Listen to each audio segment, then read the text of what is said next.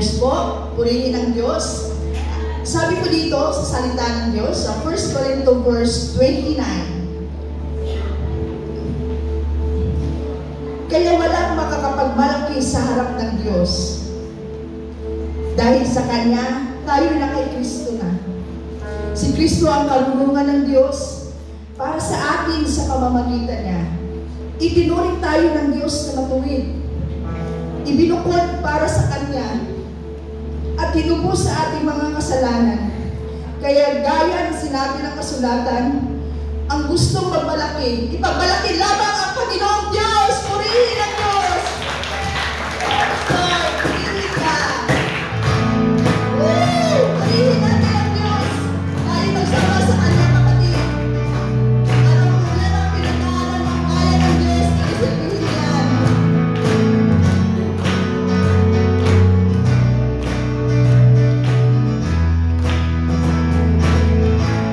Purihin ka sa awit, purihin ka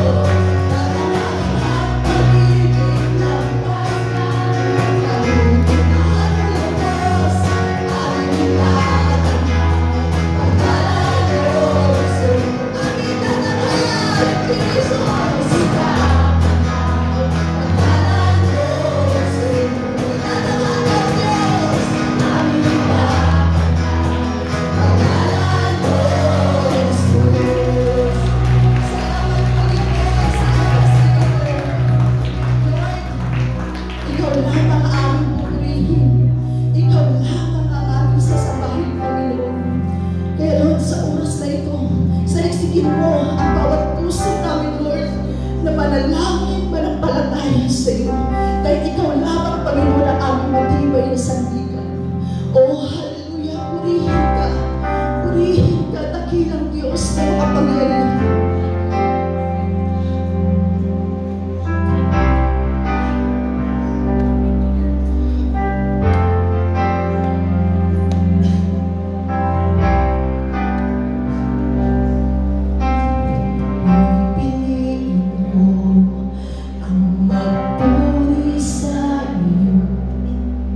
Magtiwala sa iyong kaparaanan.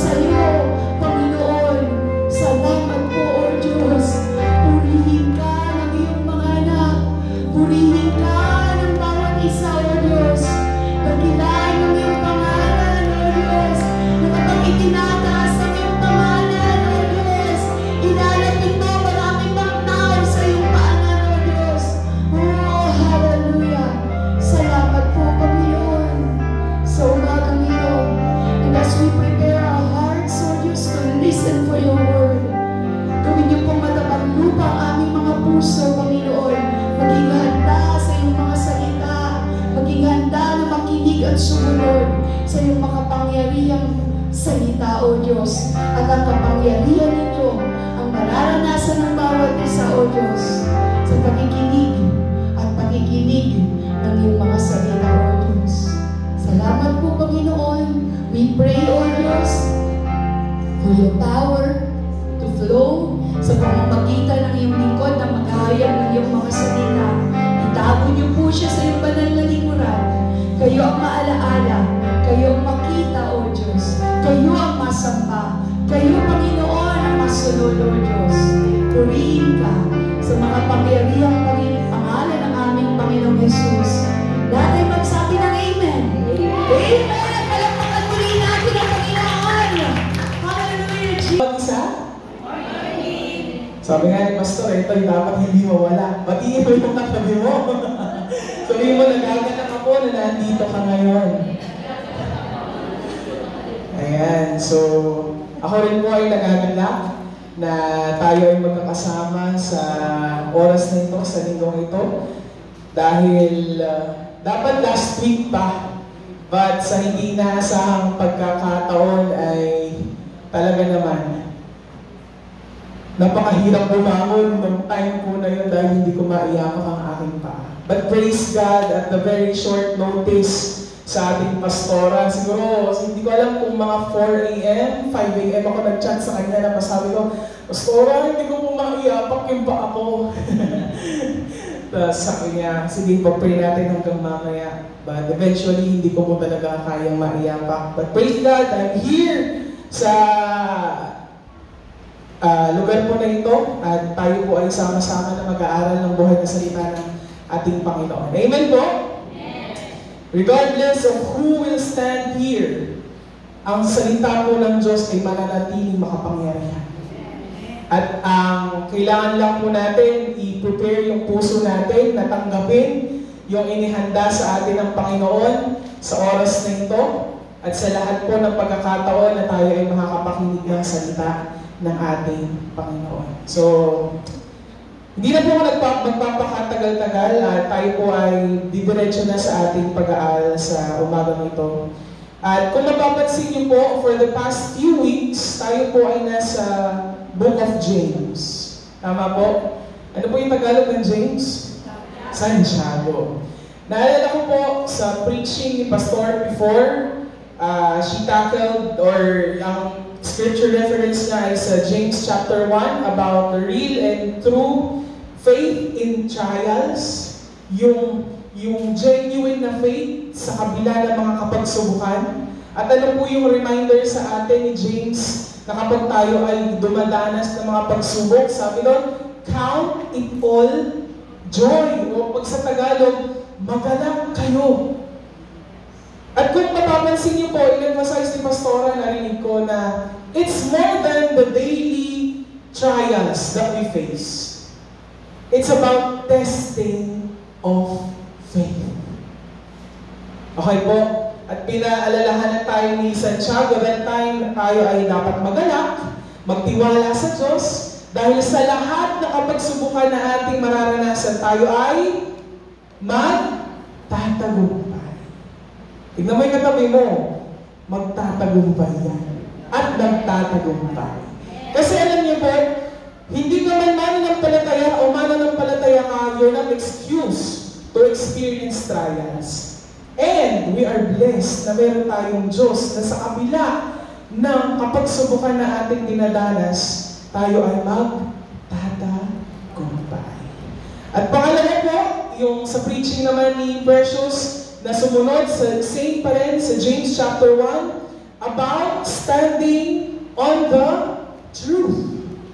That we should be slow to speak, quick to listen, and slow to become angry.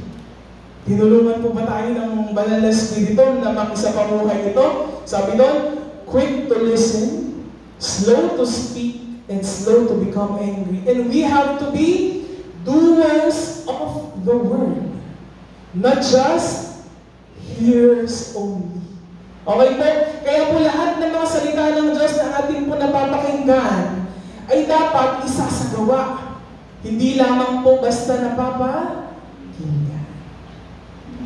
At last week, supposed to be ay ako, but praise God sa buhay ni Pastora. Shinare niya from the book of James, still in chapter 2, about having a dynamic faith. Yung pananampalataya. Ngayon po, tayo ay medyo babalik ng konti. Same, still in the book of James, but in chapter 2, verse 1 and the following. So, kung sino po may mga Bible na physical and even sa cellphones, makibukas po kayo sa akin at makibasa din, no? In James chapter 2, verse 1 and the following. So, pinamagatan ko po ang ating pag-aaral sa umagang ito na seeing people through God's eyes. Yung pagtingin mo sa mga tao sa lente ng mata ng Diyos. Okay po? So, ang lesson po natin for today is about having favorites or partiality. Pagtatangi. Okay po? So, dito sa passage natin, aalamin natin kung ano ba yung sinasabi sa atin ng passage na ito and paano natin isasapamuhay itong passage na ito. So, in verse 1, sabi po dito in Tagalog, ay siguro English yung na-flash dyan, ano? But sabi po dito in ang salita ng Diyos version, sabi po dito, mga kapatid, this is verse 1, bilang mga mananampalataya ng dakila nating Panginoong Hesukristo, dapat wala kayong pagtatangi. Again, ulitin ko po mga kapatid, this is from James chapter 2, verse 1, bilang mga mananampalataya ng dakila nating Panginoong Hesukristo, dapat wala kayong pinapaboran. O sabi dyan, my brothers, hold your faith in the glorious Lord Jesus Christ without showing favoritism. In other translation, partiality yung term na ginamit. So mapapansin po natin dito, in verse 1 pala, this is a command. Tama po ba? Sabi po dyan show no partiality or showing no favoritism. At sabi nga dito sa Tagalog, dapat wala kayong pinapaboran. This is a command. Actually, this is given to us by God, no? Kasi this is the word of God, not to show pagtatangi. And even, dito sa salita ng Diyos na ating binabasa, na sinabi ni James, command ito or utos kasi it is very common for people to show favoritism. Aminin man po natin o hindi, it is common for people to show favoritism and partiality. Okay po? Yung favoritism po dito, it's not about your favorite food. Ay, hindi pala ako dapat magkaroon ng favorite food. It's more than that. It's not that. Yung favoritism na ito, favoritism sa tao that results to discrimination. Makikita natin mamaya yung analogy na ginamit po ni James. Sabi ko po dito, pagtatangi or partiality is elevating a person or exalting a person based on something external. For example, preference ko, o sabihin na natin, hindi man ako o ng iba, mas maganda ang mapuputi kaysa sa mga morena. External, tama po ba? Mas maganda ang chinito kaysa sa mga bilugan ng mata. External preference. And even ethnicity. Ano ba yung mga ethnic group? Mga Kapampangan, Bisaya, Tagalog. No? Even, ito nga po yung ginamit ni James na analogy. The wealthy compared to the poor. Di ba?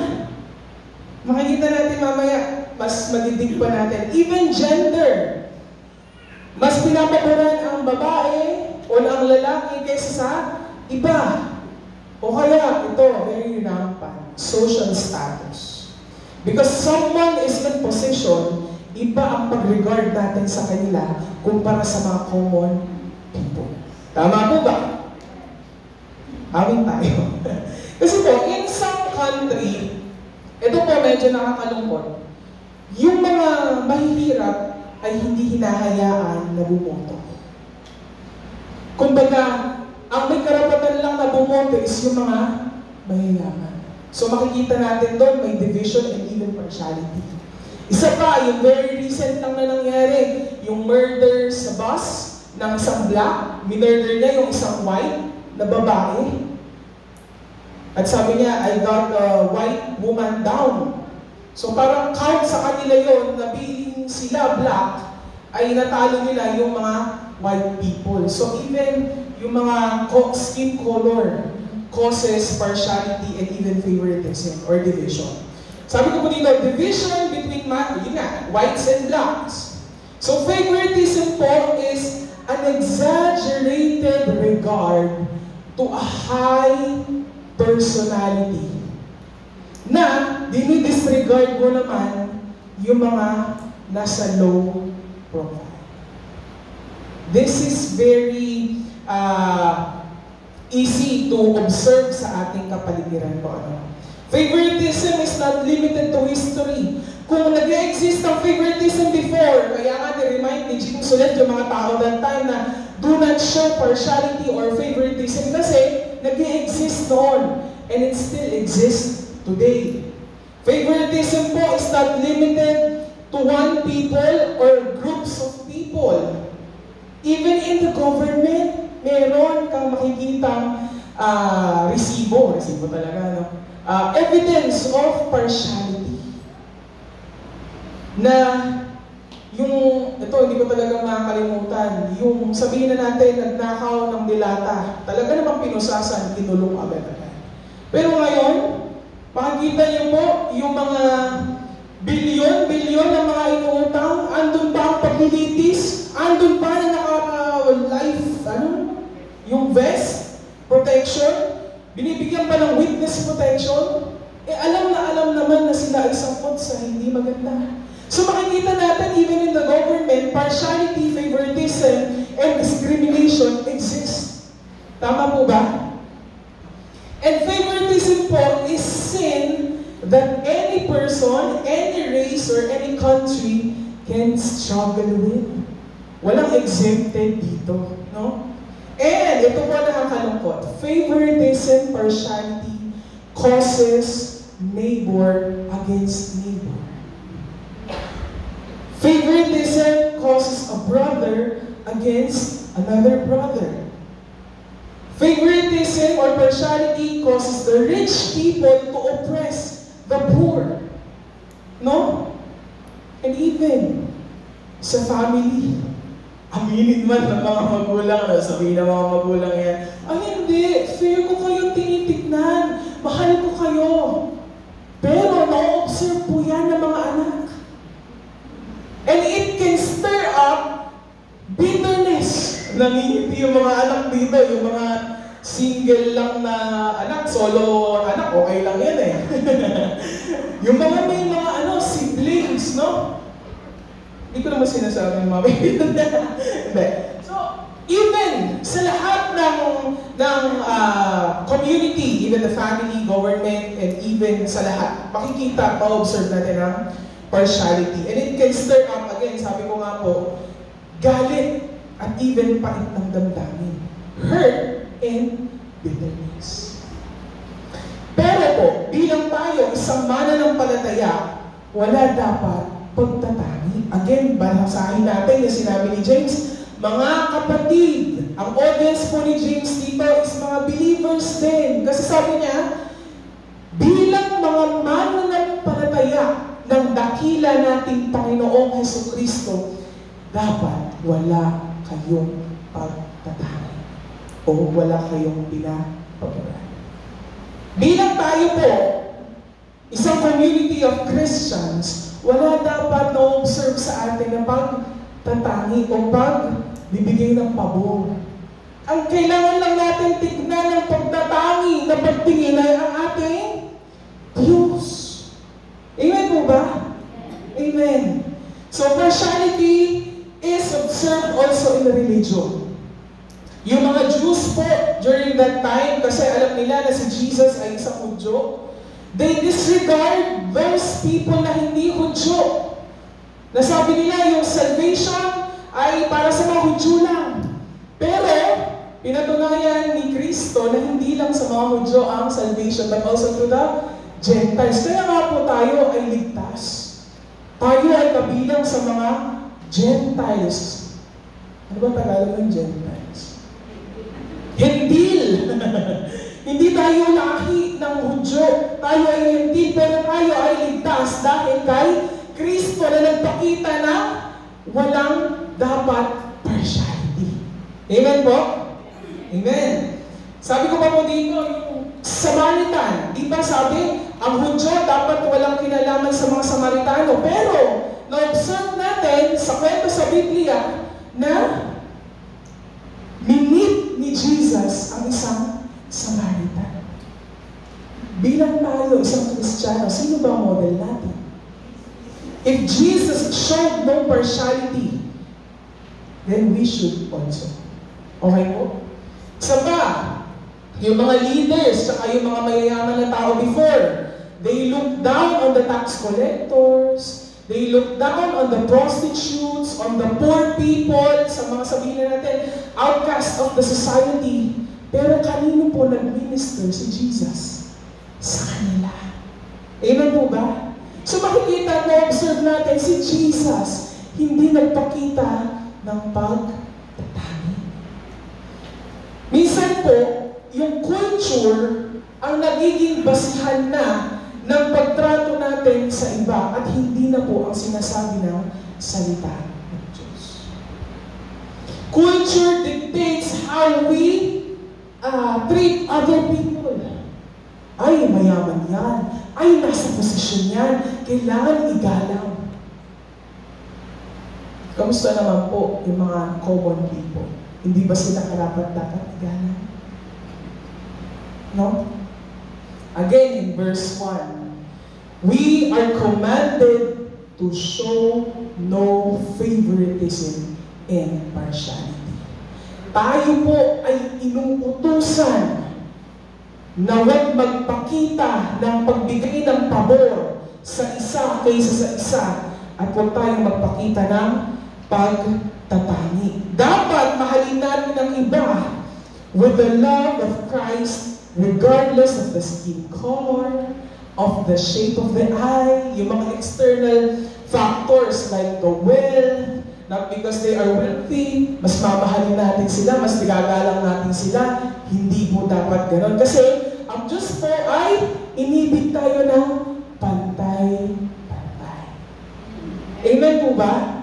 Hindi sinabi, ay, ako ay namatay para lang sa ganitong klaseng grupo. Hindi po eh.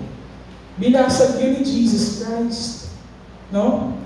Kaya sabi po dito in Galatians chapter 3 verse 28, sabi dyan, ngayon, wala nang pagkakaiba ang Hudyo sa hindi Hudyo.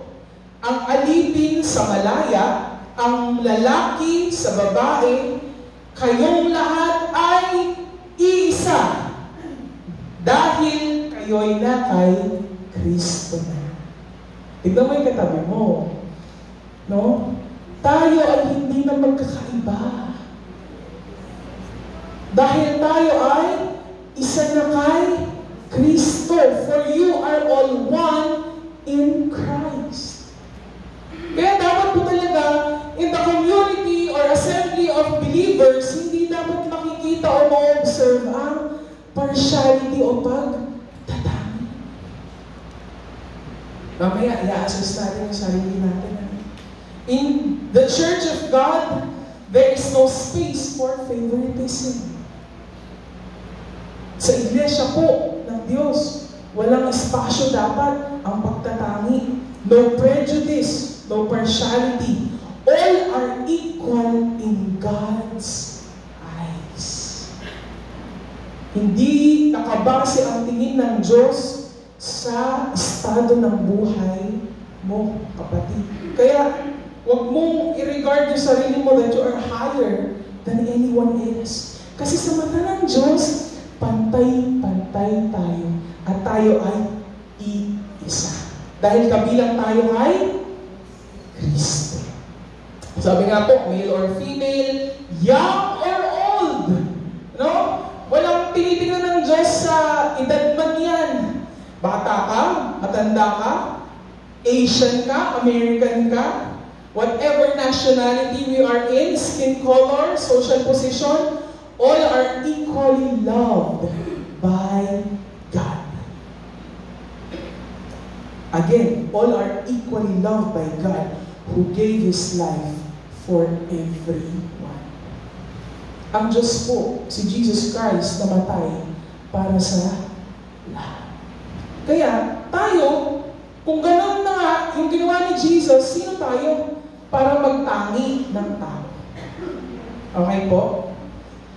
So, let's stop looking down on others just because they are different from us. Hindi dahil iba sila sa'yo, titignan mo ni sila na mas mababa kaysa sa'yo o mas mataas kaysa sa'yo. There are several factors po that causes favoritism. Number one is pride. Isang factor na nagiging dahilan ng pagtatangi natin sa isang tao is pride. Example po dito, yung educational attainment ng isang tao, yung knowledge level ng isang tao, sabihin na natin, yung spiritual maturity ng isang tao, hindi ko siya ma-level eh. Ba't ako makikitungo sa kanya? No? Anong meron ka doon? Pride. It causes you to look down on other people. Kasi nga, hindi mo sila ka-level. They are, sabi ko dito, they will just approach people in their same level. Ini-stop na nila, yung sa tingin nila ay hindi nila ka-level. Another po is external focus. Yung tipong, you are very conscious sa sasabihin ng iba. Dahil nga, sabihin natin, you are to approach other people na hindi mo ka-level, conscious ka ngayon sa sasabihin ng ibang tao sa'yo. Ay, bakit siya Bakit siya nakikitungo sa ganung tao? Diba? It causes favoritism, partiality, and division. Example na lang din po si Peter, one of the disciples of Jesus Christ. He refuses to eat with the Gentiles, o yung mga hindi kapwa na Hudyo. Pero good thing, si Paul ni-rebuke siya at nag-repent naman si Peter dun sa kasalanan na yun. Isa pang example, in the Old Testament, sino po ang familiar sa kwento nung time na mamimili ang Diyos or si Samuel na ginamit ng Diyos sa mga anak ni Jesse na si David yung magiging hari. Di ba ang ginawa ng tatay, hinalera niya lahat ng kanyang mga anak na sa tingin niya ay may king qualities. Matipuno, siguro gwapo, matangkad. Pero ang sabi ng Diyos, wala sa kanila. At tinanong ni Samuel, meron ka pa ba isang anak? Meron pa. At ang pangalan niya ay si David. At yun nga po yung hinirang na hari. At makikita natin doon na sinabi din sa Biblia na man looks at the outside appearance, but God looks at the heart. Okay po. So, noon pa lang, ma-observe na talaga na may division, partiality, and favoritism. But good thing, sabi nga, God looks at the heart. At this very moment, God is looking at our hearts. In James chapter 2, verse 2 to 4, ito na po yung analogy na ginamit ni James, no? Sabi po niya dito in Tagalog, pwede niyo pong basahin dyan sa English. In verse 2, sabi dito, halimbawa, dumating sa inyong pagtitipo ng isang mayaman na may gintong singsing at nakasuot ng mamahaling damit.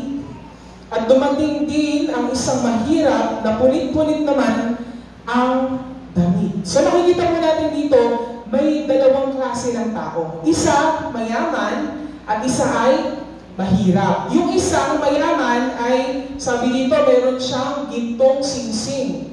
Actually po, yung singsing during those times, it symbolizes the social status of a person. Na kapag meron kang singsing na ginto o lahat ng daliri mo ay may singsing na ginto, ikaw ay nasa mataas na posisyon sa society. Okay po? At yun yung ginamit nga ni James na hindi aksidente na sinabi niya gintong singsing kasi merong meaning yun. It symbolizes social status, mataas na estado sa buhay. At yung isa naman po ay mahirap na sabi dito, punit-punit. Hindi nga mahirap yung term na ginamit sa iba, dukha. Gulag-gulanit. Sabi naman dito sa aking reference is, punit-punit naman ang damit. Pumasok sa isang pagtitipon. In verse 3, kung aasikasuhin nyo ng mabuti ang nakasuot ng mamahaling damit at bibigyan ng upuan, samantalang ang mahirap ay papatayuin na lang ninyo o pauupuin sa sahig. In verse 4, hindi ba may pinapaboran kayo ayon sa masama ninyong pag-iisip? Sa tingin niyo po ba, dyan sa analogy na pinakita ni James, sinasabi niya dyan na masama maging mayaman. Sinabi po ba niya? Wala naman siya sinabi. O kaya, mas maganda kung maging mahirap. Wala na naman siya sinabi. Nasaan po ang problema? Sa taong tumibig. Hindi sinabi ni James ito, masamang maging mayaman, masamang maging mahirap, o mas maganda maging mahirap. Ang problema po dito, kaya ginamit niya itong analogy, is para i-emphasize na wala sa estado ng buhay ang problema, kundi sa taong tumibig. Pagtitingin na may pagtatangi at pagpapabor. Okay po? Kasi kung pinanganak ka ng mayaman, kasalanan mo ba yun? Kung pinanganak ka ng mahirap, kasalanan mo ba yun?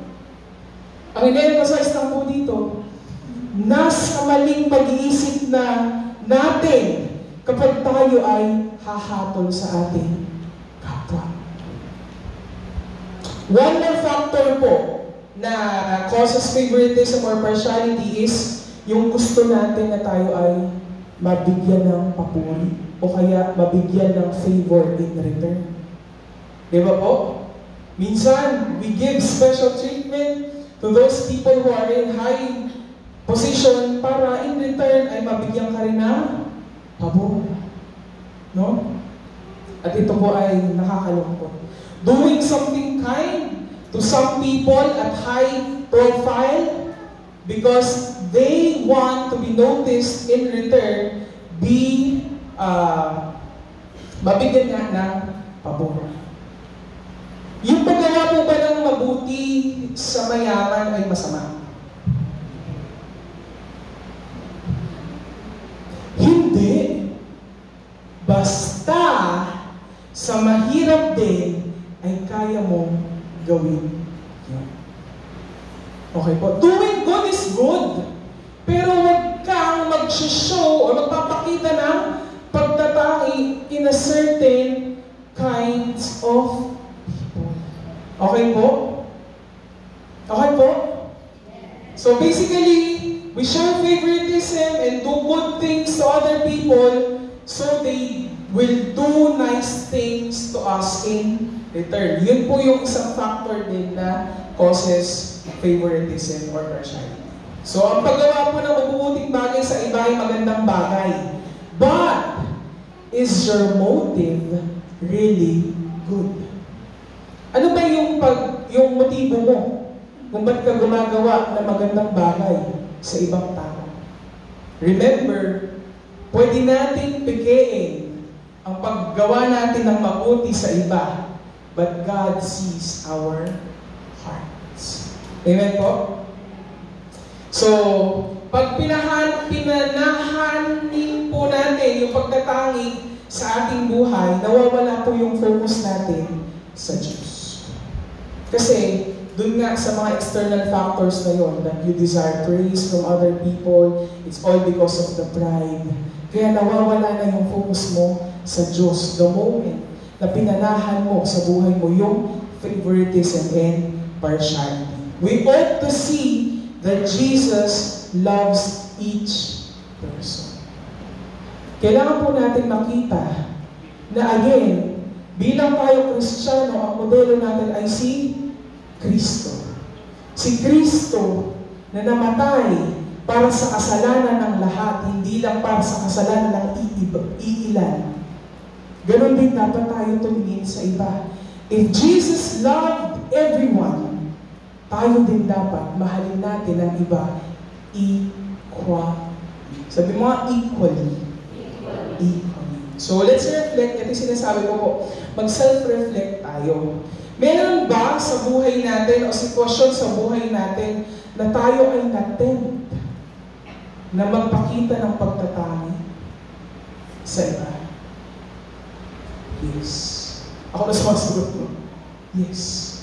Hindi nga lang na-tempt nagawa na natin. Tama po ba? Yung original audience mo, again, ni James dito, ay mga mananampalataya na nag-fall into sin of favoritism. That's why he reminded them once again not to fall in this kind of sin. Same! Dahil salita po ng Diyos ang reference natin, if the audience that time ay mananampalataya, tayo rin po bilang isang mananampalataya ni Kristo, kabilang sa iisang katawan ni Kristo, tayo dapat ay hindi makakitaan o maobserbahan ng pagtatangi. Mahirap po ba?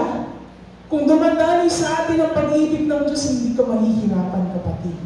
Pero kung nakatingin ka lang, again, sa sarili mo, sa kung anong magigain mo, sa pagtingin mo ng pagtatangi, pagbibigay mo ng pagtatangi sa ibang tao, then, nakakalungkot. Meron po ba tayo dito? Example na lang, very practical na illustration. Every Sunday tayo nagkakasama-sama. Pero meron ka ba dito, kapatid, na hindi mo pa nakakamayan ever since? Baka naman, kung sino na lang yung makita mong kakilala mo palagi, yun na lang ang lagi mong pinapansin. No? Again, reflect. How can you show love to other people without partiality? Mamaya po, pagka uwian na, baka may hindi ka pa nakakamayan dito, no? Hindi mo napapansin, palagi na lang mabilis umalis kasi nga, wala namang pumapansin sa akin, no? Step out and go an extra mile. Kamayan mo yung mga taong hindi mo pa napapansin mamaya pag-uwi natin. Okay po? Okay po? It's a very, practical illustration of showing no partiality dito bilang tayo ay iisang pamilya.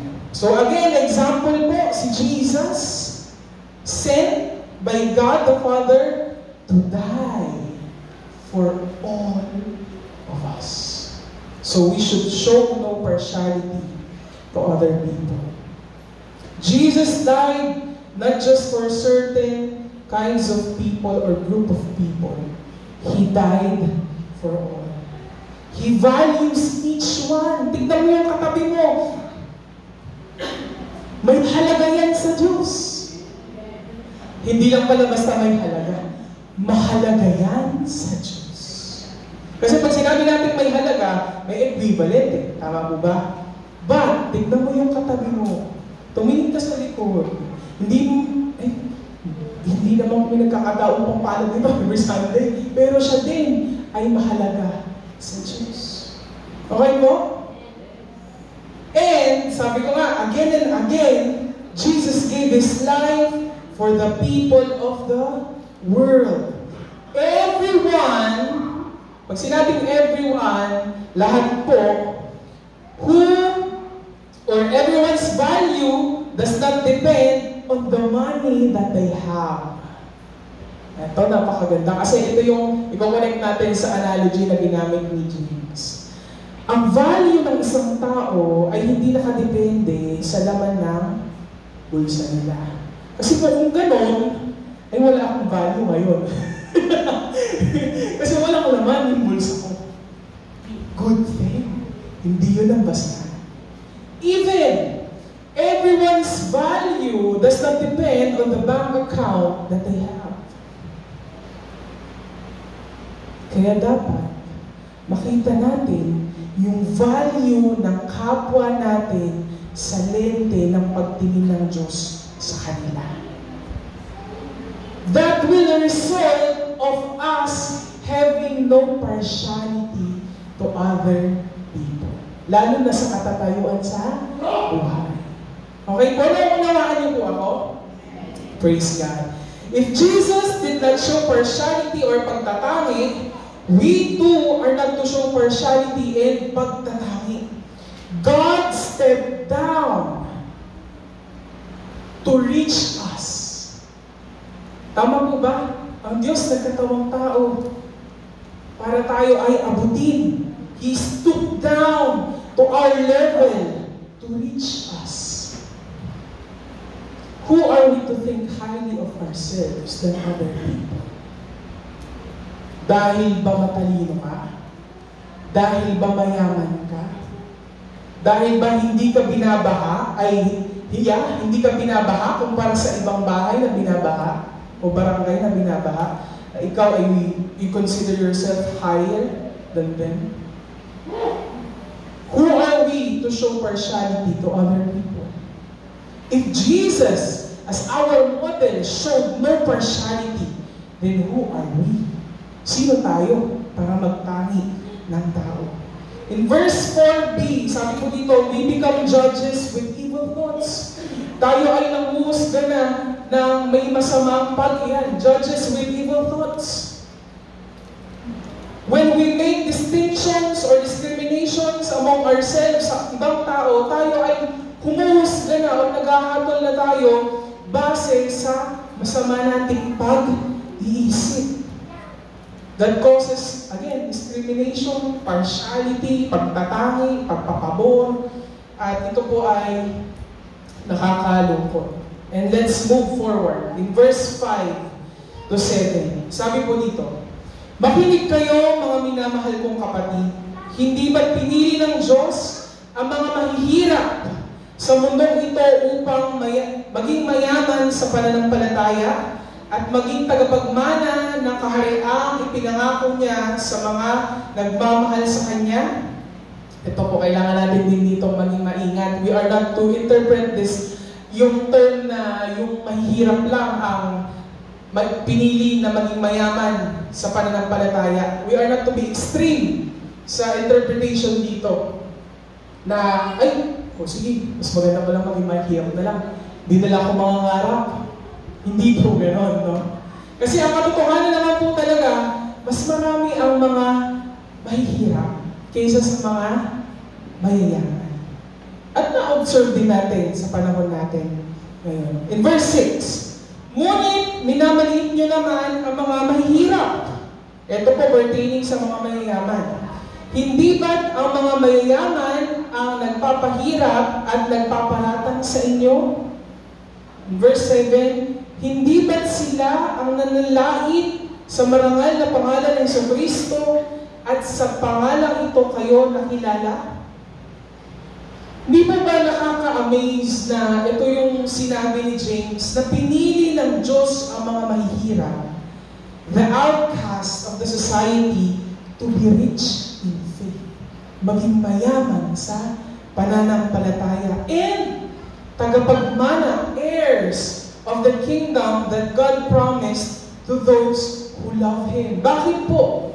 Kasi po, mostly, yung mga mahihirap, mga outcast of the society, yung talagang niyuyurakan ng mga mayayaman, sila yung mas receptive, mas madaling tumanggap ng mabuting balita ng gospel.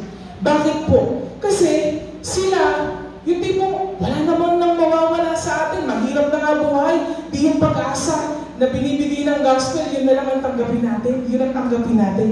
Unlike, hindi nila madidependehan kung ano yung meron sila. Kasi nga, wala eh. Mahirap. Unlike the rich people, they can depend on whatever they have in this world. Kaya medyo resistant sila sa gospel about the topic ng faith. Not all po mostly lang naman. So doon din, kailangan natin maging maingat. So in Jesus' ministry po, Jesus ministered sa mga mayayaman po ba? Kanina nag-minister si Jesus? Sa mga mahihirap, sa mga outcast ng society, sa mga sabihin natin na hindi ganun katanggap-tanggap sa takbo ng society that time. He showed love to all. And salvation po is offered not just, again, paulit-ulit, kanina ko sinasabi to. Salvation is for all, not just for a certain kind of people. So, tayo din, babalik tayo sa topic natin, hindi tayo dapat magtanging. Sabi mo hindi ako dapat magtanging. We are to show love to everyone.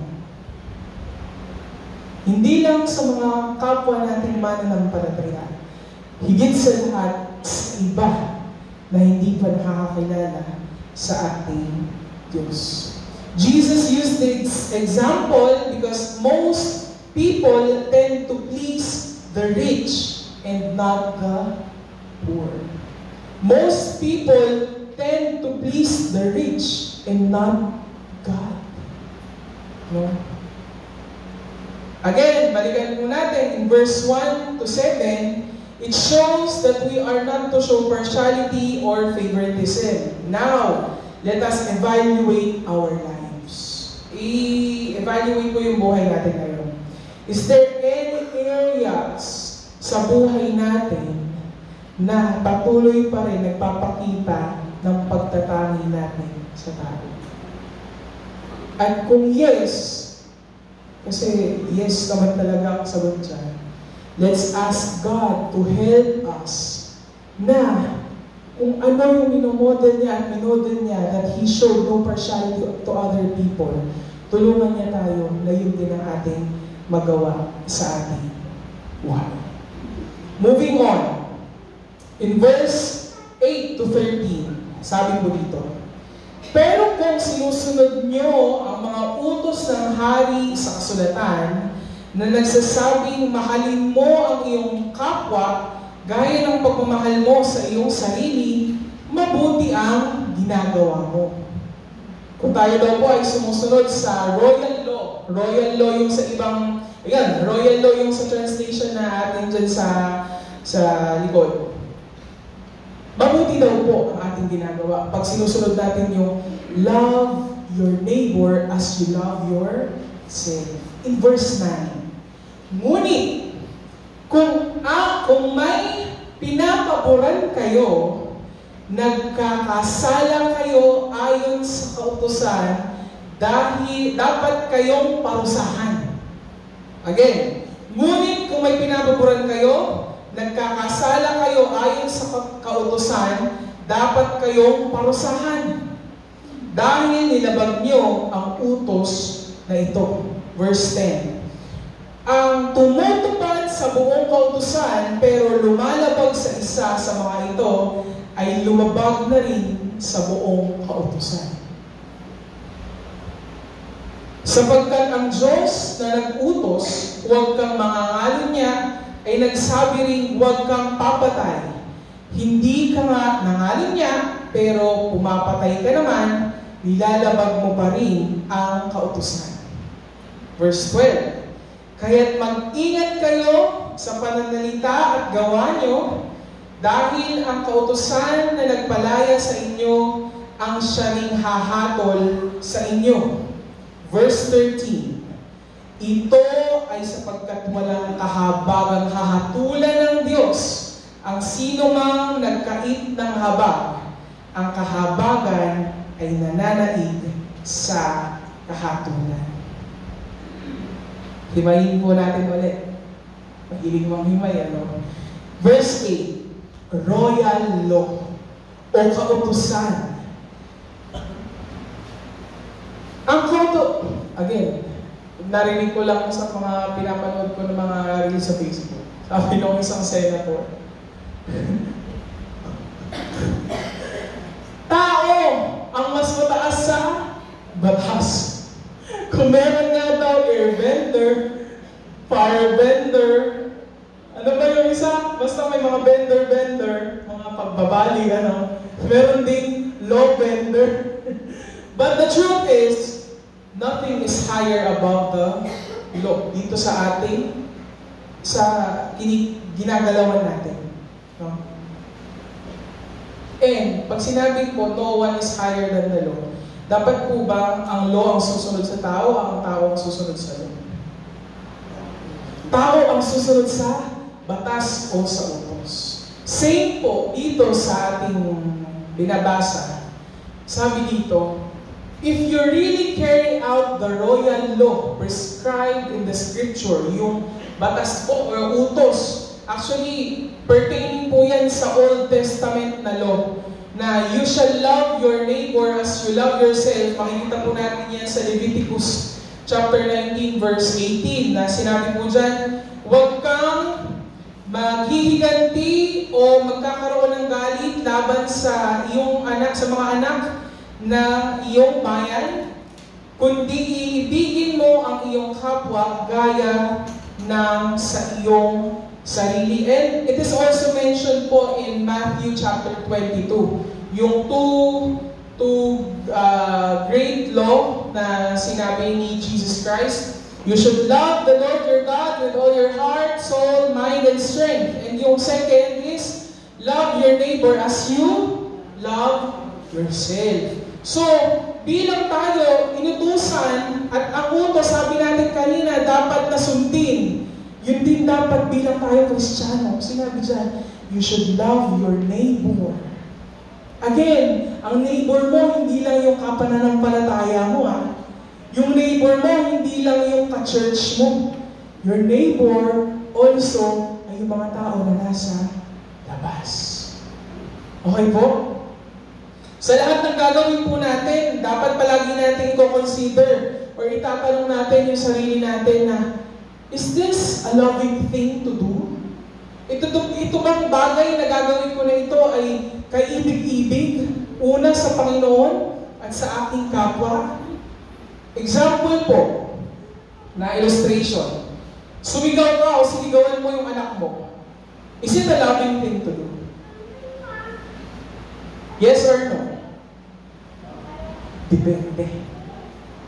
Yeah, depende sa context. Kasi for example, yung kasing liit ni Luis na yan, Ate Rona, bilang ikaw ang kanyang mami, patawid siya ng kalsada. May nakikita kang mga sasakyan na daan ng daan. Sabi niyo po kanina, it's not a loving thing to do, to shout sa iyong anak. Ano sabihin mo? Luis! Luis! Ganun ba? No! Ano sabihin mo? Ayan, sabi niyo ba? Luis! Di ba? Depende sa context. Pero, kung wala ka namang dahilan para sigawan yung anak mo, sinigawan mo na lang, is it a loving thing to do? Kaya nga, depende sa context. In everything that we do, we should ask God, or ourselves pala, is this a loving thing to do? Or yung gagawin ko ba na ito ay magpapakita ng pagmamahal ko sa Diyos at sa aking kapwa? Again, sabi nga po in verse 8, mahalin mo ang iyong kapwa gaya ng iyong pagmamahal sa iyong sarili. Looking at others with judgment. For example, sa isang pagtitipon na Kristiyanong pagtitipon, sabihin na natin na invite yung isang kapatid na hindi pa ganun naman, talagang nag-commit ng buhay sa Lord. Parang bago pa lang ng Christian, baby Christian. Nakita ko, pumasok sa church. As needless. What is the loving thing to do? Or to think? Baka naman ikaw, wala naman sana. Head to foot, tinignan. Is it a loving thing to do? Kaya nga po, in everything we do, we should ask ourselves, is this a loving thing to do? Marami pang example, kaya nga kailangan natin talagang maingat, maging maingat. Sabi nga kanina sa anong verse yun, maging maingat sa inyong pananalita at sa gawa. In verse 9, balikan po natin. If may pagtatangi tayo ay nagkakasala. Tayo pala ay nagkakasala kapag tayo ay may pinapamuran. No? At marapat namang naparusahan dahil nilabag ang utos na iyon. Verse 10 and 11. Ito, dito na-highlight yun. Yan, sabi dyan, for whoever keeps the entire law, lahat ng law, yet fails to, in one point, is guilty of breaking it all. Kaya po yung sinasabi na, sabihin natin, there's no such thing as 75% good. There is no such thing as 90% obedient.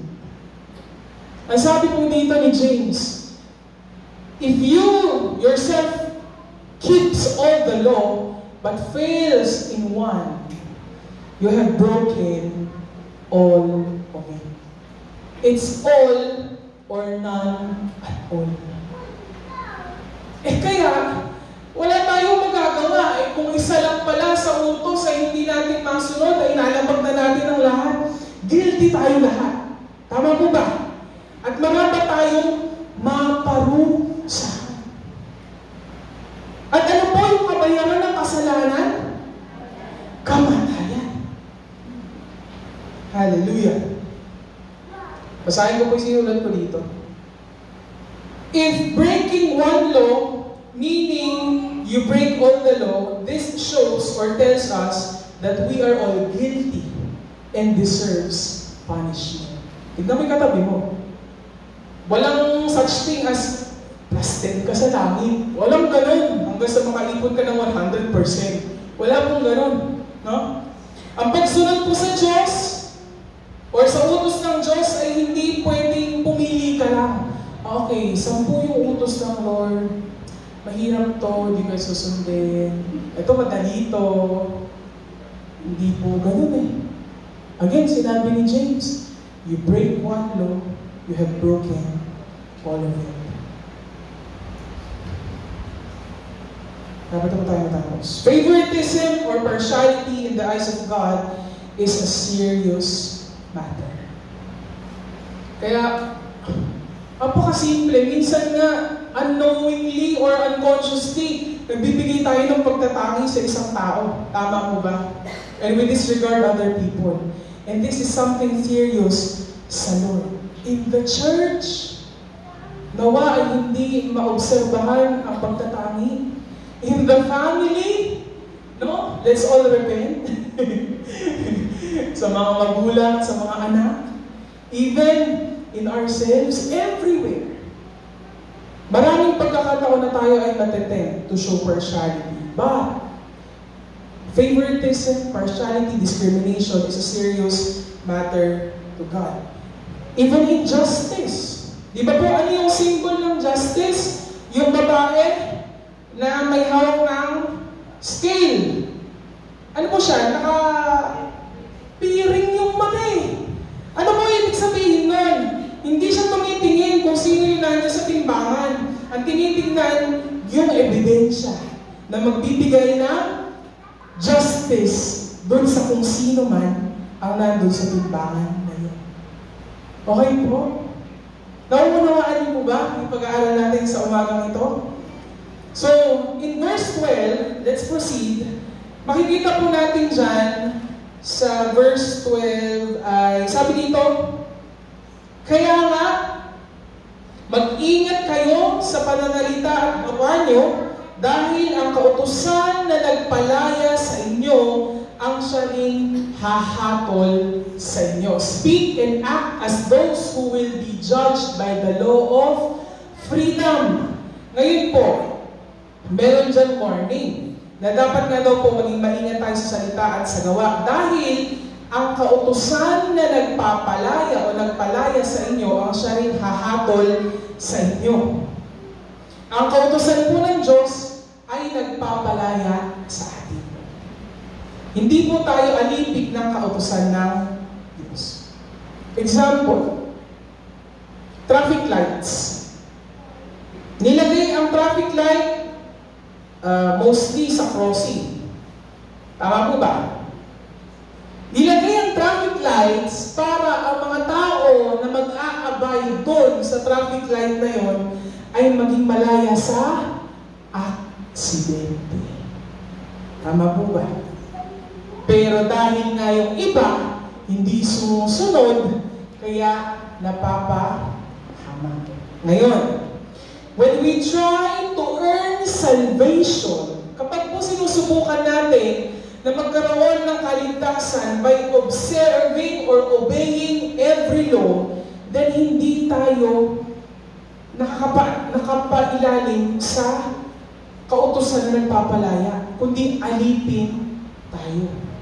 Kagaya po ng mga Pharisees, na ginagawa talaga nila lahat ng utos, hindi nga lang 10 ang utos nila. Daan-daan ang utos nila. Because they believe that when they obey those laws, sila ay maliligtas. Yun yung kapamarangan ng kanilang kaligtasan. And sadly po, we can never fulfill all of the law. Si Jesus lang ang naka-fulfill. Sabi nga, when we break one, we break all. Ito yung isa sa struggle nga ng mga people noong sa early New Testament. They believe that kapag natupad nila yung lahat ng utos, then they will be saved. Asan po yung law of liberty doon?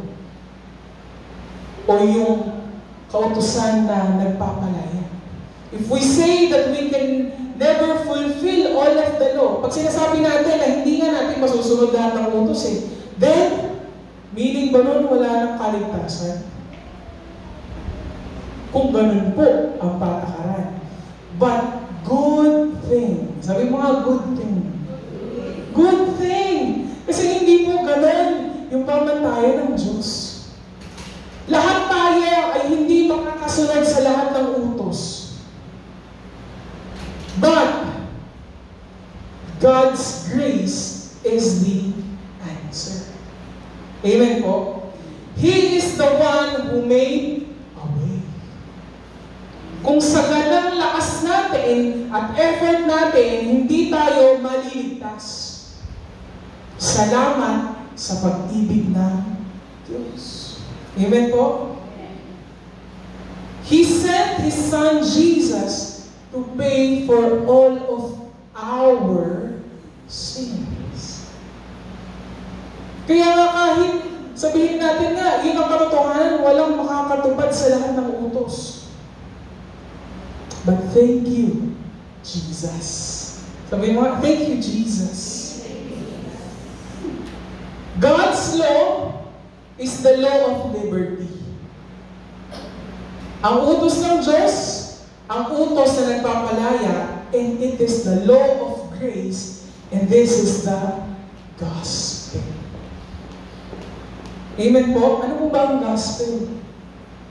God gave His Son, Jesus, to die for all of our sins. He will set you free from the power of sin. His forgiveness will bring joy, will bring liberty, and peace in our lives. Yung ginawa ni Jesus, hindi yung ginawa natin, at yung gagawin at ginagawa natin. Yung standard ng Diyos, yung sinabi nga niya na when you break one law, you break all of the law. talaga naman, hindi natin yun maaabot, no? But, again, sabi mga good thing. Kasi, hindi man natin maaabot yung pamantayan ng Diyos. Ito tayo, ito ang Diyos, Jesus filled the gap. Si Jesus na yung gumawa ng paraan para makikonekta ulit sa Diyos at magkaroon ng buhay na walang hanggan. Hindi yung sa magagawa mo, kapatid. Salvation is through faith in Christ Jesus. Hindi sa gawa para wala tayong maipagmalaki. Kasi kung sa gawa mo yan, oh Lord, 90% na inobey ko ang iyong utos, then I'm 90% good and obedient. And I deserve salvation. Hindi ganun eh. Salamat talaga sa Diyos. He filled the gap. Diyos, ikaw, hindi magagawa ng iyong effort to reach God, but Jesus filled the gap. Amen po. Jesus came and took our place and made us righteous before God. Kasi kung hindi mo tinanggap si Kristo sa buhay mo, haharap ka sa Diyos, ano makikita ng Diyos? Yung Aryan pa rin na dati, katanggap-tanggap kaya sa Diyos? Hindi. Pero dahil yung kaligtasan nga natin, our righteousness is Jesus Christ. Kaya whenever God sees at us, si Jesus ang nakikita sa atin. Amen? And He is our righteousness before God. Amen po? Dito na, malapit na po tayo magtapos. In 1 John chapter 4, verse 19, this is a very popular verse. Sabi nito, we love because He first loved us. Tayo ay umiibig dahil una na tayo inibig ng Diyos. We love as a response to the love of God na binigay sa atin. Again, dun sa verse 8 na yung royal law, love your neighbor as you love yourself. Can you love others without you experiencing love? Manghihingi po ako ng isang libo, Ivan. Meron ka. Wala, kasi walang hawak si Ivan na 1,000. Same. Simple analogy. We cannot give something we do not have. Kaya nga po, we love because God loves us first. And we love God and others because we are loved by God. Okay po? Napakaganda eh. Hindi tayo i-require ng Lord na sundin yung isang utos nang hindi pa niya tayo binibigyan kung paano tayo susunod dun sa utos na yun. Amazing! Sabi mo nga? Amazing! My favorite expression. Verse 13. Walang kahabagang hahatulan ng Diyos ang sino mang magkait ng habag. Walang kahabagang hahatulan ng Diyos ang sino mang magkait ng habag. In Matthew chapter 18 verse 21-35, ito po yung parable ng unforgiving servant. Na kung familiar yung kwento sa inyo, na yung isang amo ay gusto na niya i-settle lahat ng pagkakautang sa kanya ng kanyang mga alipin. Ngayon, may isang alipin doon na talagang hindi niya kayang bayaran yung kanyang pagkakautang sa kanyang amo. At anong ginawa niya? Nagpatira pa siya at humingi ng pasensya, patawad sa kanyang amo na hindi niya kayang mabayaran yung kanyang pagkakautang. Ano po ang ginawa ng amo? Pinatawad. Sige, go on and live your life. Ngayon, nung siya ay papauwi na, nakita niya yung isang tao na nagkakautang sa kanya ng maliit na halaga. Sabi niya, "Uy, bayaran mo yung..." Ano po, pinaano ko na lang, pinaparaphrase ko na. "Uy, bayaran mo yung pagkakautang mo sa akin, ha?" Eh sabi nung nagkakautang sa kanya, "Pasensya na, wala akong pambayad. Patawarin mo ako." Anong sinabi nung pinatawad ng amo? "Hindi, kailangan mo bayaran. Pagtrabahuhan mo yung pagkakautang mo sa akin."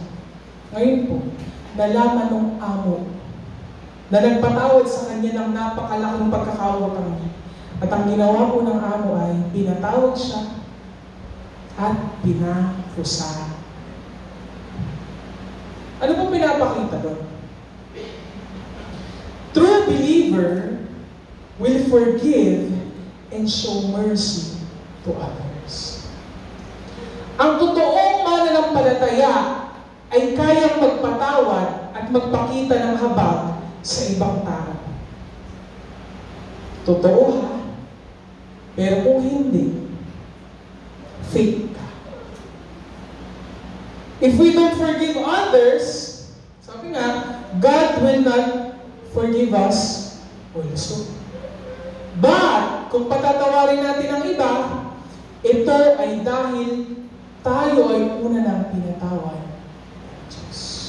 Kagaya nga yung sa parable, di ba?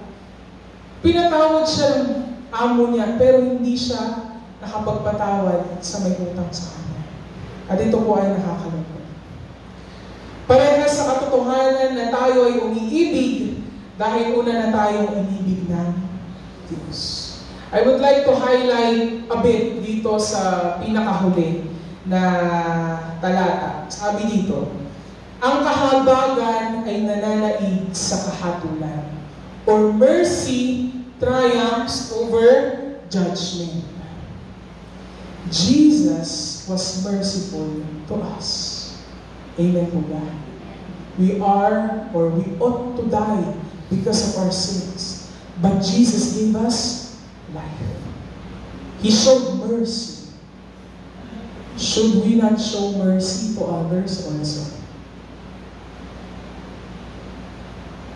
Minsan nakakalungkot. Oo, pinatawad tayo ng Diyos. Pero nahihirapan tayo magpatawad sa iba. Ay, hindi! Wah! Sakit kong ginawa niya sa akin. But sabi ko nga kung ikaw pinatawad ng Diyos, mahihirapan ka pa bang magpatawad? Sa kahit na napakalaki, isipin na natin, napakalaking pagkakamali ng kapwa mo. Jesus loved each and every one of us. Should we not love others also?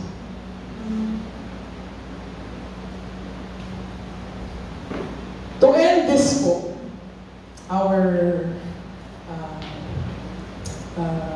teaching for this morning, love others as Jesus loved us by not showing favoritism and partiality. Again, Jesus is our model. He showed no partiality to all people. And kiniklaim natin na anak tayo ng Diyos. Di ba sabi nga, ang mangga, hindi mamumunga yan ng santol. Mangga din ang bunga yan. Tama mo ba? Si Jesus Christ as our model showed no partiality. Hindi nagpakita ng pagtatangi. It should be natural to us na hindi rin tayo magtangi sa ibang tao. Ano mang klase yan, pagkakaiba, mayaman ka, mahirap ka, may sakit ka, o healthy ka, babata ka, o matanda ka, kung ano man ang iisip natin ng pagkakaiba, we are not to show favoritism, discrimination, and partiality to other people. Look at others just as God looks at you. You are created by God in His own image. So is other people. Regardless of their social status, You are valued by God. He died for you. And also, sa ibang tao na nasa labas, kaaway mo man o hindi. So we are to show no favoritism and partiality. Again, balik tayo sa title natin. We should see people in the eyes of God. May this morning po, this living word of God, may this be sealed in our hearts and minds. That tayo bilang isang mananampalataya ng dakila nating Panginoong Jesucristo, dapat wala tayong pinapaboran, wala tayong tinatanggi. And may God help us obey this passage in James chapter 2 verse 1 to 13. You can also read that again sa inyo pong pag-uwi mamaya. And show no partiality, pagtatangi at pagpapabor sa iba. Show mercy as you have received mercy from God. Tayo po ito at manalangin panandalian. Hallelujah. Thank you, Lord. Thank you, Lord Jesus. We praise you, O God. We thank you, Lord God, once again for this moment, Panginoon. Thank you for your living word that has been shared in the midst of us in the James chapter 2 verse 1 to 13, that we are to show no partiality and we are to see other people the way you see them, the way you see us. Thank you, Lord God, for reminding us once again that if we are truly a believer of yours, a follower of yours, being you as our model in this Christian life, Jesus, help us to show no partiality and do what you have done for others. You have loved us, Panginoon, regardless of our social status, regardless of our skin color, regardless of our race, Panginoon, regardless of every differences that we have. You have given your life for all. And Lord, we pray this morning that you help us see other people in the lens of your eyes, that all are valuable in you, all are created in you, Panginoon, in your image, Panginoon, and all are loved by you. And so we are ought to love others the way you love them. Help us, Panginoon, to apply this in our lives. As we greet once again yung aming mga kapatiran dito pa lamang sa loob, and even paglabas namin sa bahay-sambahan na ito, Lord God, help us to really show no partiality, favoritism, o pagtatangi, Panginoon, sa ibang tao, because you, Jesus, died for all, not just for the good ones, not just for a certain kind of people, but for all, Panginoon. And we pray, Lord God, that your heart be our heart also, Panginoon.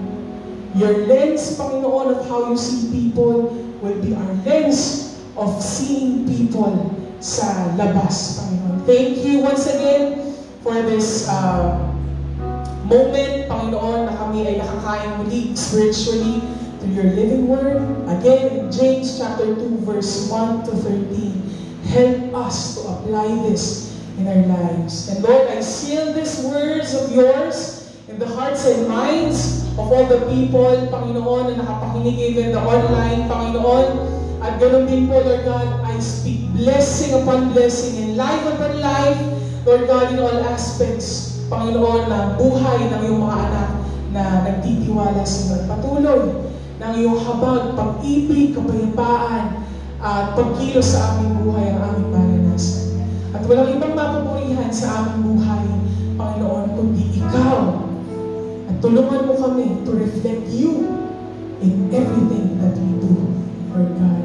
Again, to you, Jesus, we give all the glory, all the highest praise, and all the thanksgiving. In the mighty name of Jesus, we pray. And everybody say, Amen. Amen.